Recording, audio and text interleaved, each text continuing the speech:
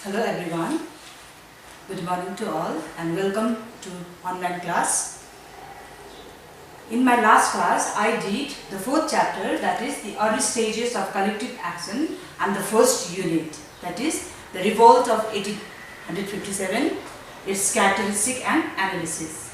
And today I'll be doing the second unit, that is 4.2, Age of Association. Okay. The first and foremost, you have to know what is association. Association means organization or sangathan.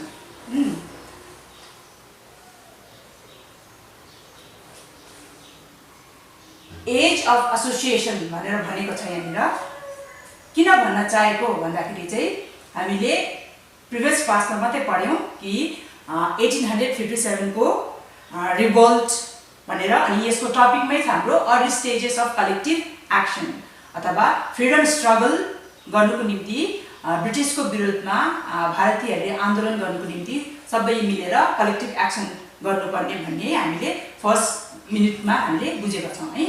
अनि यहाँनिर as of association भनेर sub unit आएको छ। अनि एसोसिएसनको मतलब मैले तिमीलाई बुझाए अर्गनाइजेसन अथवा संगठन। ओके।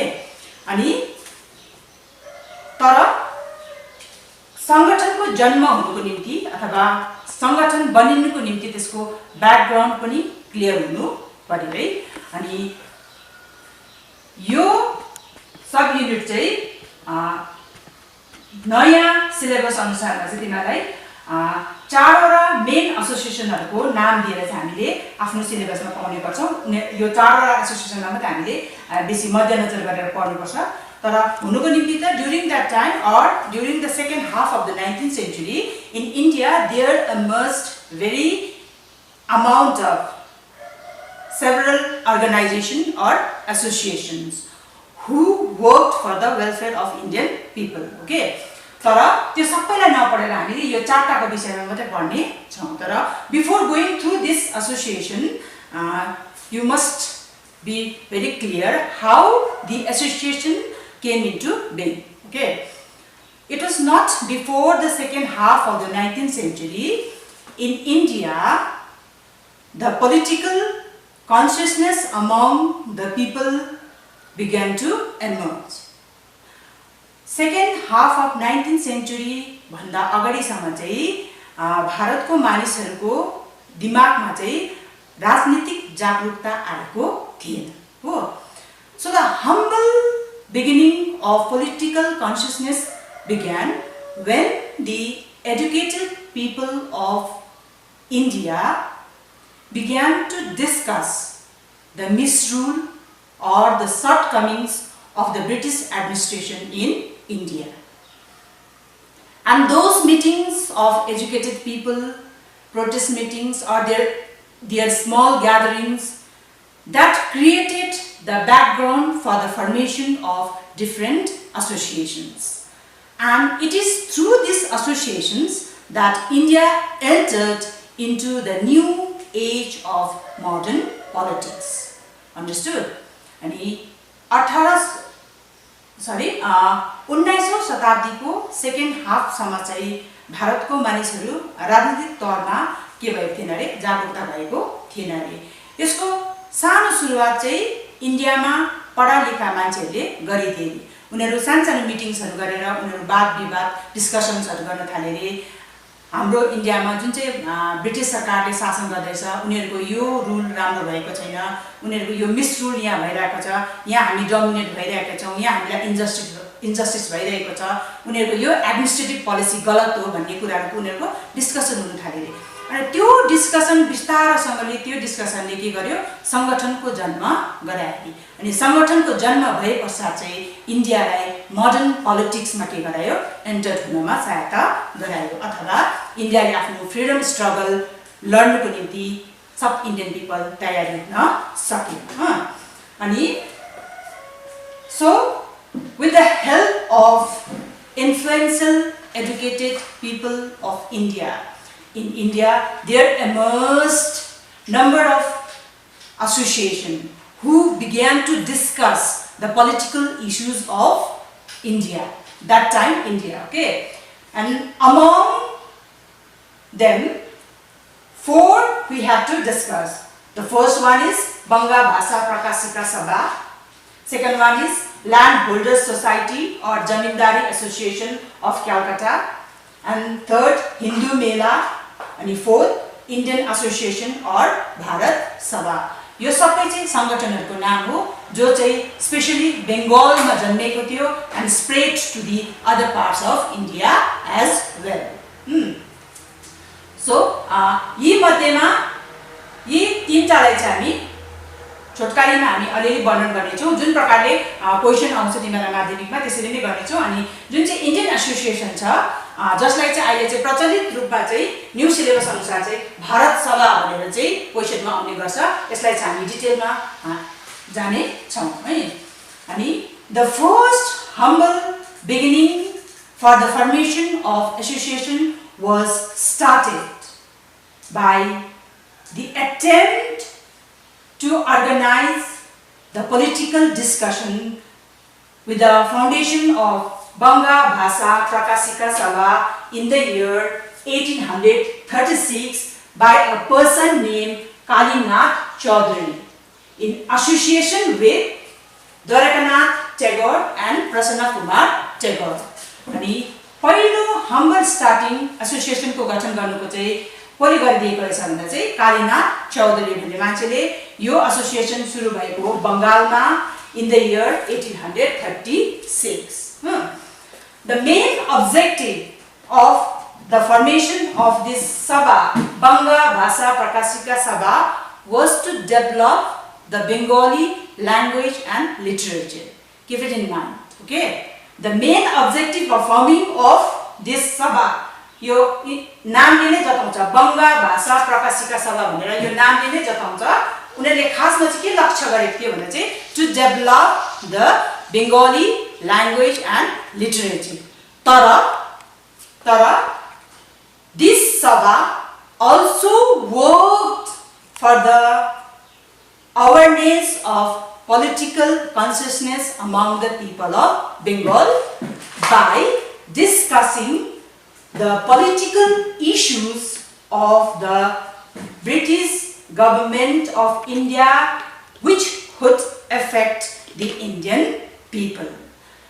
यो बंगा भाषा प्रकाशिका सभा जसको गठन 1836 सालमा कालीनाथ चौधरीले कोसँग मिलेर भन्यो द्वारकानाथ टेगोर र प्रसन्न कुमार टेगोरसँग मिलेर गठन गरेको थियो उनीहरुको मुख्य लक्ष्य चाहिँ के थियो भन्दा चाहिँ त्यतिबेला बंगाली भाषालाई र बंगाली साहित्यलाई उन्नति गराउने चाहिँ उनीहरुको पहिलो लक्ष्य थियो तर एट द सेम टाइम उनीहरुले त्यतिबेलाको पोलिटिकल इश्यूज ब्रिटिश गभर्नमेन्टको पोलिटिकल इश्यूज अथवा पोलिटिकल पोलिसीजहरु जुन पोलिसीजहरुले इन्डियन्सहरुलाई एफेक्ट गर्दै थियो त्यो कुराहरु पनि मुद्दा बनाएर उनीहरुले आफ्नो सभामा उठाएर मानिसहरुलाई के गर्ने गर्थे जागरुकता गराउने गर्थे यो सभाले okay and at the same time this sabha also discussed the other subjects like philosophy religion society of contemporary India etc but Banga Bhasha Prakashika Sabha and its activities remained confined within Bengal only.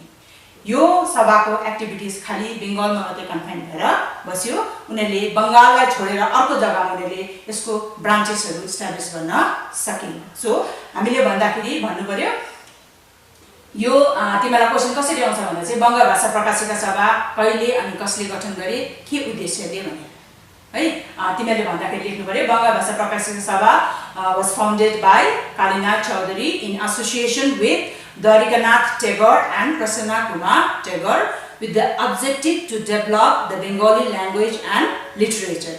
अनि यसले चाहिँ political consciousness गराउनुमा के सहायता गर्यो भन्दाखेरि चाहिँ it also helped to make the people politically aware by discussing the political issues of the British administration which would affect the Indian people भनेर चाहिँ तिमीले आन्सर लेख्नु पर्छ ओके अनि यो बंगालदेखि बाहिर जान सकेन so it was not quite successful यो ठूलो रूप लिन सकेको थिएन तर पनि विथ स्मल रूपमा भए तापनि बंगा भाषा प्रकाशिका सभाले चाहिँ फ्युचरमा अरू सङ्गठनहरू जन्म गराउनुमा चाहिँ के गर्यो, नेतृत्व गर्यो अथवा बाटो देखाइदियो। ओके, यो भयो फर्स्ट नम्बर हामीले finished. Now the second, land holders society और जमिनदारी एसोसिएसन। जब यो ल्यान्ड होल्डर सोसाइटीको जन्म भयो त्यति बेला सुरुवाती दिनमा चाहिँ यसलाई के भनिने गर्थ्यो, जमिनदारी एसोसिएसन भनेर भनिने गर्थ्यो, जसको जन्म भएको थियो 1837 मा। अनि पछि गएर त्यस 1 वर्ष बादमा यसलाई जमिनदारी एसोसिएसन नाम बदलेर यसलाई के नाम राख्यो, ल्यान्ड होल्डर्स सोसाइटी भनेर यसको नामकरण गर्यो है। अनि यसको फाउन्डरको नाम चाहिँ थियो Radhakanta Deb in association with Dwarkanath Tagore, Prasanna Kumar Tagore. अनि मेन फाउन्डर चाहिँ छ राधाकान्त देव, अनि उसलाई सहयोग गरेको थियो द्वारिकानाथ टेगोर, प्रसन्न कुमार टेगोर। त्यति बेलाको एकदमै पढा लेखा लिडर्सहरू उनीहरूले चाहिँ सहायता गरेको थियो ल्यान्ड होल्डर सोसाइटी और जमिनदारी एसोसिएसन निर्माण गर्नुको निम्ति। यो पनि कहाँ भएको थियो, कलकत्तामै जन्म भएको थियो। अनि what was the main objective aim of this association भन्दाखेरि चाहिँ this association only worked for the welfare or to protect the right of zamindars in India. इन्डियामा त्यति बेला जमिनदारी सिस्टम हुने गर्थ्यो ब्रिटिसको अन्डरमा। जमिनदारहरूले रेभेन्यू कलेक्सन गर्ने गर्थ्यो। जमिनदारहरूले इन्डियाको 1 सेक्सन चाहिँ होल्ड गरेर राखेको थियो। उनीहरूको जमिनदारी राइट्स, उनीहरूको हकको निम्ति, उनीहरूको प्रोटेक्सनको निम्ति चाहिँ यो ल्यान्ड होल्डर सोसाइटीले के गर्ने गर्थ्यो, काम गर्ने गर्थ्यो। त्यही कारणले गर्दाखेरि यो सोसाइटी त्यति जोडले चाहिँ सबै मान्छेले चाहिँ यसलाई स्वीकार गरेको थिएन, किनभने उनीहरूको मेन एम, प्राइमेरी मोटिभ नै के थियो, to protect the right of the zamindars. जमिनदार्सहरूको अधिकारलाई प्रोटेक्ट गर्नु, सुरक्षित गर्नु नै उनीहरूको मुख्य काम भएको कारणले गर्दाखेरि। तर ल्यान्ड होल्डर सोसाइटी और जमिनदारी एसोसिएसनले चाहिँ इन्डियन पिपलहरूलाई चाहिँ एउटा कुरा चाहिँ सिकायो। के सिकायो भन्दाखेरि चाहिँ यदि आफ्नो प्रब्लम सल्भ गर्नु छ भने चाहिँ हमेसा लडेर मात्रै होइन, मूर्खता मात्रै देखाएर होइन, तर थ्रु कन्स्टिट्युसनल मेथड अपनाएर इन कोलाबोरेसन और in alliance with the government, सरकारसँग मिलेर पनि हामीले काम निकाल्न सक्छौँ भन्ने कुरा चाहिँ ल्यान्ड होल्डर सोसाइटीले चाहिँ इन्डियन पिपललाई जनाइदिएको थियो। किन भन्दाखेरि चाहिँ ल्यान्ड होल्डर्स सोसाइटी अथवा जमिनदारी एसोसिएसनको मेम्बर्सहरूको चाहिँ they had a very good contact with the civil servants of the British government. British गभर्मेन्टको अन्डरमा जति पनि सिभिल सर्भेन्ट्स, ब्युरोक्राट्स, अफिसर्सहरू थियो तिनीहरूसँग चाहिँ ल्यान्ड होल्डर सोसाइटीको चाहिँ राम्रो तालमेल हुने गर्थ्यो। अनि उनीहरूले उनीहरूको जे जति पनि प्रब्लमहरू थियो त्यसलाई उनीहरूले लिखित रूपमा सलिकासँगले चाहिँ थ्रु कन्स्टिट्युसनल मेथड चाहिँ उनीहरूले के गर्ने गर्थ्यो, आफ्नो मुद्दाहरू सरकारको पक्षमा पुर्याउने गर्थ्यो। Okay, now the next is Hindu मेला। यो पनि एउटा अर्गनाइजेसन, एउटा सभाको नाम हो, सङ्गठनको नाम हो, जसको निर्माण 1867 मा भएको थियो। अनि यो हिन्दू मेलाको फाउन्डेसन राख्ने मेन मान्छेको नाम छ नवगोपाल मित्र। नवगोपाल मित्र in associations with Rajnarayan Bose and Devendranath Tagore. अनि यो हिन्दू मेला गठन गर्नुको निम्ति पनि नवगोपाल मित्रलाई कसले सहयोग गरेको छ, राजनारायण बोस र देवेन्द्रनाथ टेगोरले के गरेको छ, सहयोग गरेको छ। ओके, अनि हिन्दू मेला नामले नै डिनोट गर्दैछ हामीलाई मेला है। अनि यो हिन्दू मेलाको अब्जेक्टिभ थियो, गठन हुँदाखेरि उनीहरूको मेन अब्जेक्टिभ्सहरू थियो। त्यो अब्जेक्टिभहरू चाहिँ के थियो भन्दाखेरि चाहिँ सबैभन्दा पहिले चाहिँ to foster the spirit of self help. Hindu Mela अथवा हिन्दू सभा गठन हुनु 1867 मा है हुनुको पहिलो मुख्य कारण चाहिँ के थियो भन्दा चाहिँ यो सभाले चाहिँ सम्पूर्ण भारतीयहरूलाई चाहिँ के गर्न चाहन्थ्यो, हामी चाहिँ के गर्न सक्छौँ, आफैले आफ्नो सहयोग गर्न सक्छौँ। सेल्फ हेल्पको स्पिरिट हुनुपर्छ हाम्रोमा। हामी पूर्ण रूपले विदेशी सरकारमाथि डिपेन्ड हुनु हुँदैन है। अनि to unify all the people of India, सबै भारतीय नागरिकहरू हामी एक हौँ भन्ने हाम्रोमा के हुनुपर्छ, भावना हुनुपर्छ। अनि तेस्रो के थियो भन्दाखेरि चाहिँ सेल्फ डिपेन्डेन्सी। हामी चाहिँ आफू जिउनुको निम्ति चाहिँ भारतीयहरू आफै के हुनुपर्छ, सेल्फ सफिसियन्ट हुनुपर्छ। हामीले चाहिँ ब्रिटिस सरकारमाथि पूर्ण रूपले निर्भर गर्नु हुँदैन भन्ने कुरा चाहिँ हिन्दू मेलाको अब्जेक्टिभ थियो। त्यसैकारण उनीहरूको त्यस्तो अब्जेक्टिभ थियो कि सेल्फ सफिसिएन्ट हो, सेल्फ डिपेन्डेन्सी अनि अल इन्डिया युनिफिकेसन, त्यो अब्जेक्टिभलाई फुलफिल गर्नुको निम्ति to fulfil those objective Hindu Mela every year used to organize exhibition or session in the different places of India. अनि उनीहरूको जुन चाहिँ त्यो मोटिभ थियो त्यो मोटिभलाई पुरा गर्नुको निम्ति यो हिन्दू मेलाले हरेक साल भारतको विभिन्न जग्गाहरूमा आफ्नो मिटिङ राख्ने गर्थ्यो, सेसन राख्ने गर्थ्यो। On that session, त्यो सेसनमा चाहिँ the people from different regions used to come. त्यो सेसनमा भारतको विभिन्न प्रान्तबाट आउने गर्थे। मानिलियो 1868 मा कलकत्तामा राखेको हिन्दू मेलाको सेसन मिटिङ अब हाम्रो कलकत्तामा हुँदैछ भनेपछि चाहिँ हैदराबाद, पन्जाब, महाराष्ट्र सबै क्षेत्रबाट मानिसहरू त्यो मिटिङ एटेन्ड गर्नको निम्ति कलकत्तामा आउने गर्थे। अनि during those sessions they used to organise fairs and exhibitions. उनीहरूले मेला जस्तै लगाएर एक्जिबिसनहरू फेयर्सहरू लगाउने गर्थ्यो, जहाँ चाहिँ the local artisans craftsmen use to bring their products. उनीहरूले आफ्नो प्रडक्ट्सहरूको सेल लगाउने गर्थ्यो, ह्यान्डिक्राफ्ट्सहरू अनि उनीहरूको एम्ब्रोइड्रीको चिजबिजहरू, पोट्रिजहरू, भाँडाकुँडाहरू, अर्नामेन्ट्सहरू बनाएको गरगहनाहरू, चित्रहरू, आर्ट्स, पेन्टिङहरू सबै एक्जिबिट गर्ने गर्थ्यो हैन। त्यो सेसनले त्यो मेलाजहरूले द्याट इन्करेज्ड द इन्डिजिनियस आर्टिस्टहरूलाई चाहिँ उनीहरूलाई के गर्यो, प्रोत्साहन गर्थ्यो। अनि ड्युरिङ त्यो मेलाहरूमा राइटर्स, कवि, लेखक, नाटककार उनीहरूले पनि आफ्नो लेखहरू ल्याएर मञ्च लगाएर मानिसहरूलाई सुनाउने गर्थे विभिन्न प्रान्तको। सो एक्सचेन्ज, कल्चरल एक्सचेन्ज पनि हुने गर्थ्यो, जसको कारणले गर्दा चाहिँ इन्डियालाई युनिफाई गर्नुमा चाहिँ हिन्दू मेलाको जुन चाहिँ अब्जेक्टिभ थियो त्यो चाहिँ उनीहरूले त्यसरी पुरा गर्ने गर्थे। So Hindu Mela by organising the fairs and the exhibition during their sessions in the different places of India annually, हरेक साल विभिन्न जग्गामा गर्ने गर्थ्यो। एक साल कलकत्तामा गर्ने, अर्को साल मुम्बईमा, अर्को साल हैदराबादमा। त्यस्तो हुँदाखेरि मान्छेले एउटा जग्गाको मान्छेले अर्को जग्गालाई चिन्नु थाल्यो अनि सबै कुराको कल्चरल एक्सचेन्ज आदान प्रदान हुन थाल्यो। अनि पन्जाबको मान्छेले रियलाइज गर्यो ब्रिटिस एडमिनिस्ट्रेसनको अन्डरमा पन्जाब जतिको डोमिनेट भएर बसेको छ, बङ्गाल पनि त्यतिकै डोमिनेट रहेछ हैन। बङ्गालमा चाहिँ एकदमै छुट छैन रहेछ। बङ्गालको मान्छेलाई जतिको के अरे इन्जस्टिस गरेर, जतिको थिचोमिचो गरेर ब्रिटिस एडमिनिस्ट्रेसन राखेको छ, हामी हैदराबादलाई पनि त्यसरी नै राखेको रहेछ भन्ने कुराहरू चाहिँ पिपललाई के भयो, रियलाइज्ड भयो। सो हिन्दू मेलाको जुन चाहिँ अब्जेक्टिभ थियो त्यो चाहिँ उनीहरूले त्यसरी पुरा गर्नु सक्यो। सो यो एसोसिएसनले can foster the spirit of nationalism among the Indians. Okay, is that clear? Okay, the last one हामी Indian Association अथवा भारत सभा छ, जसलाई हामी एकदमै पूर्ण रूपले यसलाई के गर्नेछौँ, डिस्कस गर्ने छौँ।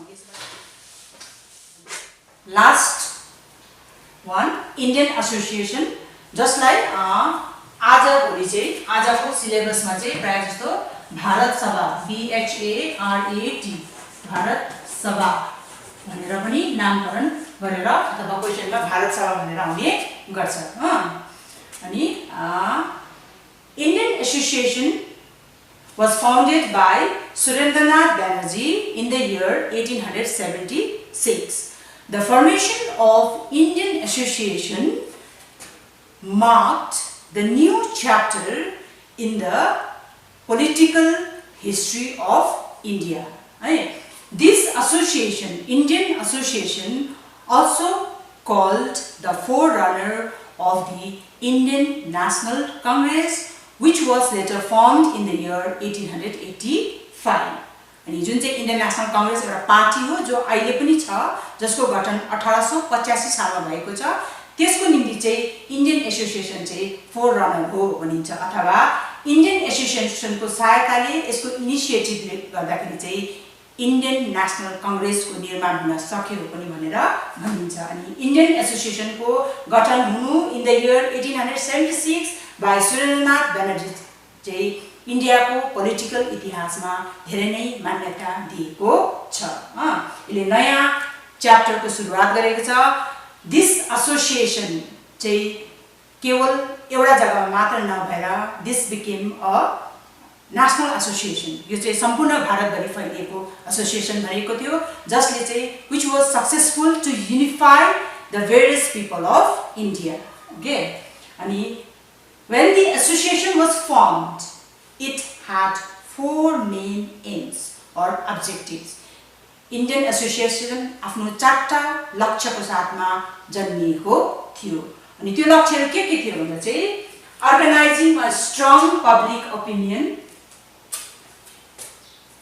इन्डियन एसोसिएसनले त्यो प्लेटफर्म दिँदै थियो मानिसहरूलाई, जहाँ चाहिँ हरेक व्यक्ति आएर आफ्नो ओपिनियन दिने, के चाहिँ चाहन्छ, भारतको नागरिकले के चाहन्छ, उनीहरू ब्रिटिसको अन्डरमा बस्न चाहन्छ कि या त स्वतन्त्र सङ्ग्रामको आन्दोलनमा भागीदारी हुनेछ, त्यो जान्ने जग्गा प्लेटफर्म बनियो है। दोस्रो, unify the various people of India on the basis of a common political ideal. अनि इन्डियन एसोसिएसनको दोस्रो लक्ष्य थियो सम्पूर्ण भारतवासीलाई एउटै पोलिटिकल आइडियल अथवा फ्रिडम अफ इन्डियाको आधारमा के गर्ने, युनिफाई गर्ने अथवा युनाइट गर्ने। तेस्रो, promotion of friendly relation between Hindus and Muslims. अनि यो इन्डियन एसोसिएसनले केवल हिन्दुजहरूको मात्र नभएर, केवल मुस्लिम्सहरूको मात्र नभएर, यो चाहिँ सबै हिन्दू मुस्लिम दुवैको थियो। अनि यो एसोसिएसनको तेस्रो लक्ष्य नै थियो हिन्दू र मुसलमानको बिचमा के गर्ने, एकता ल्याउने, जुन चाहिँ ब्रिटिस एडमिनिस्ट्रेसनले चाहिँ हिन्दू मुस्लिमलाई अलग अलग राखेर है लडाइँ पराउने गर्थे, त्यो सबै कुरा हटाएर चाहिँ हिन्दू मुस्लिमको बिचमा गुड रिलेसन बनाउने काम पनि गर्ने कसको लक्ष्य थियो, इन्डियन एसोसिएसनको थियो। अनि चौथो लक्ष्य चाहिँ थियो to encourage the mass people to participate in the freedom movement. अनि सम्पूर्ण मानिसहरूलाई, मास पिपल भनेको सम्पूर्ण मानिसहरूलाई इन्डियाको स्वतन्त्र सङ्ग्रामको आन्दोलनमा भागीदारी गराउनु पनि उनीहरूको चौथो लक्ष्य थियो। So these were the 4 aims of Indian Association. So to fulfill these aims, Surendranath Banerjee, the first and foremost, made all India tour. Surendranath ब्यानर्जीले गठन गरेपछि आफ्नो लक्ष्यलाई पूरा गर्नुको निम्ति उले सम्पूर्ण भारतको के गरे, भ्रमण गरे, भारतको विभिन्न क्षेत्रमा गएर हेरे कसलाई के परिरहेको छ, त्यो जग्गाको मान्छेको के मत रहेछ, कर्नाटकको मान्छेको के मत छ, माथि सिन्धको मान्छेको के सोच छ, त्यो जान्नुको निम्ति उले के गरे, अल इन्डिया टुर गरे। अनि इन्डियन एसोसिएसनको membership fee was only 1 rupee, 1 रुपियाँ मेम्बरसिप फी गरेको थियो। किन भन्दा चाहिँ सम्पूर्ण भारतवासी नै इन्डियन एसोसिएसनको के होस्, सदस्यता लियोस् भनेर चाहिँ उनीहरूले 1 रुपियाँको सदस्यता राखेको थियो। अनि त्यो गरिसके पश्चात इन्डियन एसोसिएसनले अरू के काम गर्यो भन्दाखेरि चाहिँ Indian association always kept watchful eye on the activities of the British administration. British एडमिनिस्ट्रेसनले के कस्तो काम गर्दैछ, कहाँ भुलचुक गर्दैछ, कहाँ सही काम गर्दैछ, त्यसमा उनीहरूले लगातार के गरिराखे, आफ्नो निगरानी बनाइराखे। And this association whenever needed, they also organized rally or protest or demonstration against the British government. जब जरुरत पर्यो यो इन्डियन एसोसिएसनले एक मत भएर ब्रिटिस सरकारको विरुद्धमा मत दिँदै मान्छेहरूलाई जमघट गराएर डेमोन्स्ट्रेसन, प्रोसेसन, र्यालीहरू पनि निकालेर ब्रिटिस गभर्नमेन्टको विरोध गरेको थियो। अनि यो इन्डियन एसोसिएसनको एक्टिभिटिजलाई हेरेर त्यति बेला भारत सरकारले के गरे, रिप्रेसिभ सप्रेसिभ मेजर्सहरू पनि के गर्न थालेको थियो, अपनाउन थालेको थियो। ब्रिटिस भारत सरकार भारतमा जो ब्रिटिसहरूले शासन गरिरहेको थियो उनीहरूले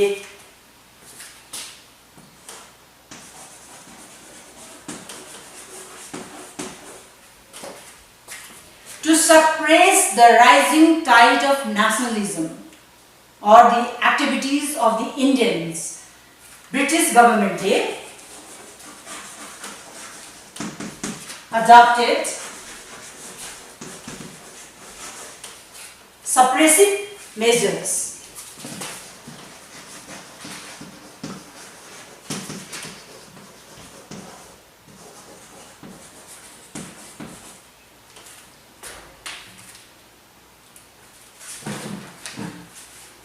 त्यो suppressive measures चाहिँ के थियो भन्दाखेरि चाहिँ the British government passed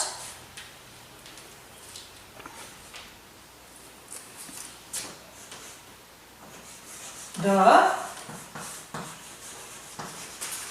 Dramatic Performance Act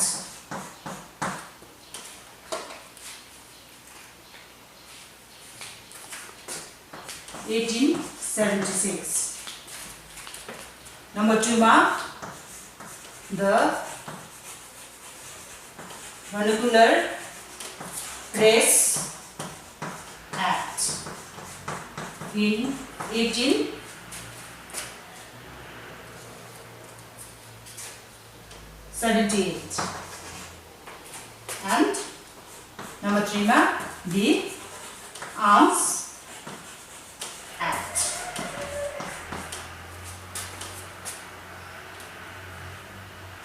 To suppress the rising tide of nationalism, British administration in India adopted repressive measures. The measures are the Dramatic Performance Act 1876, the Vernacular Press Act 1878, the Arms Act 1878 यो चाहिँ कानुनहरु जुन कानुनहरु British सरकारले भारतको मानिसहरुको हृदयमा आफ्नो देश प्रतिको भावना जागिरहेको अनि अथवा स्वतन्त्र संग्राम आन्दोलन लड्ने जुन चाहिँ उनीहरुमा स्पिरिट आइसकेको थियो त्यसलाई रोकथाम गर्नको निम्ति उनीहरुले यो कानुनहरु पास गरेको थियो।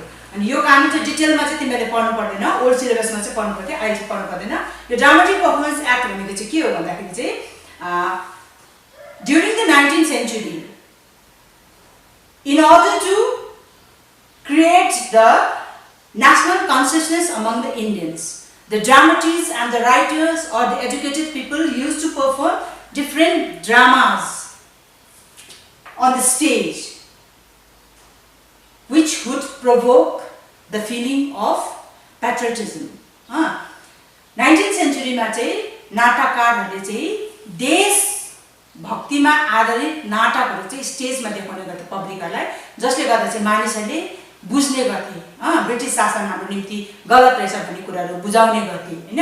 अनि अब चाहिँ त्यस्तो नाटकहरु जुन नाटकले चाहिँ इन्डियन्सहरुको हृदयमा देश प्रेमको भावना जगाउँछ अथवा ब्रिटिशको विरोधमा भावना जगाउँछ त्यस्तो नाटकहरु गर्न पाउँदैन भनेर ड्रामेटिक परफर्मेन्स एक्ट पास गरिदियो है। अनि अर्को चाहिँ द भर्नाकुलर प्रेस एक्ट। यो प्रेस भनेको चाहिँ छापाखाना, न्यूजपेपर म्यागजिन्सहरुमाथि के लायो, रोक लायो। अब उपरान्त कुनै पनि न्यूजपेपर कुनै पनि म्यागजिन्सहरुले यस्तो प्रकारको आर्टिकल्सहरु लेखहरु लेख्नु पाउने छैन जसले चाहिँ के गर्छ ब्रिटिशको विरोधको भावना जगाइदिन्छ इन्डियन कृत्यान्त भनेर। अनि त्यो अर्को थियो आर्म्स एक्ट। यो आर्म्स एक्ट चाहिँ अब इन्डियन्सहरुको हृदयमा पुरा ब्रिटिशको विरोधमा भावना जागिसकेको छ, त्यसैकारणले गर्दा अब उपरान्त चाहिँ जयतै इन्डियन्सहरुले आफ्नो घरमा के राख्नु पाउँदैन, आर्म्स राख्नु पाउँदैन। त्यतिबेला चाहिँ अब परम्परा जस्तो थियो इन्डियाको नेटिभ रुलर्सहरुको घरमा चाहिँ पुरा गन्सहरु हुने गर्थे नि त हैन, बन्दुकहरु हुने गर्थे। हामीले हिन्दी मुभीमा पनि त्यसै यस्तो गरेर क्रस गरेर राखिरहेको हैन तरवारहरु, त्यस्तोहरु पनि लाइसेन्स छ भने पनि राख्नु पाउँदैन भनेर यो आर्म्स एक्ट पास गरिदिएको थियो। यो चाहिँ किन गरेको थियो भन्दाखेरि चाहिँ द ब्रिटिश अल्सो रियलाइज्ड कि दिन प्रतिदिन पिपलहरुको हृदयमा हाम्रो विरोध भावना जाग्दैछ, यदि भोलिको दिनमा यो सबै कुरा भयो भने हामी पनि पहिला गरे सतर्क हुनुपर्छ भनेर। सो जब यो कानुन पास गर्यो the Indian association immediately reacted. Indian एसोसिएसनले जोडतोडले के गर्न थाल्यो, यो कानुनको विरोधमा आफ्नो नारा लगाउन थाल्यो, अनसन गर्न थाल्यो, डेमोन्स्ट्रेसन गर्न थाल्यो। त्यसैकारणले गर्दा यो भर्नाकुलर प्रेस एक्टलाई चाहिँ सरकारले के गर्नु परेको थियो, एनल गर्नु परेको थियो, हटाउनु परेको थियो। उनीहरूले पास गरिसकेको कानुनलाई फेरि उनीहरूले के गरेको थियो, इन्डियन एसोसिएसनको विरोध भएको कारणले गर्दाखेरि उनीहरूले त्यो कानुनलाई के गरेको थियो, रद्द गरेको थियो। अनि अब यो इन्डियन एसोसिएसनको रोल हामीले देख्दैछौँ उनीहरूले कसरी गर्यो। पहिला पनि हामीले अब्जेक्टिभ, त्यो 4टा अब्जेक्टिभ, उनीहरूको एम्स, अनि उनीहरूले कस्तो प्रकारले काम गर्यो है। अनि अर्को एउटा मेन भूमिका इन्डियन एसोसिएसनले निभाएको छ, त्यो चाहिँ हो जब इल्बर्ट बिल एजिटेसन भयो।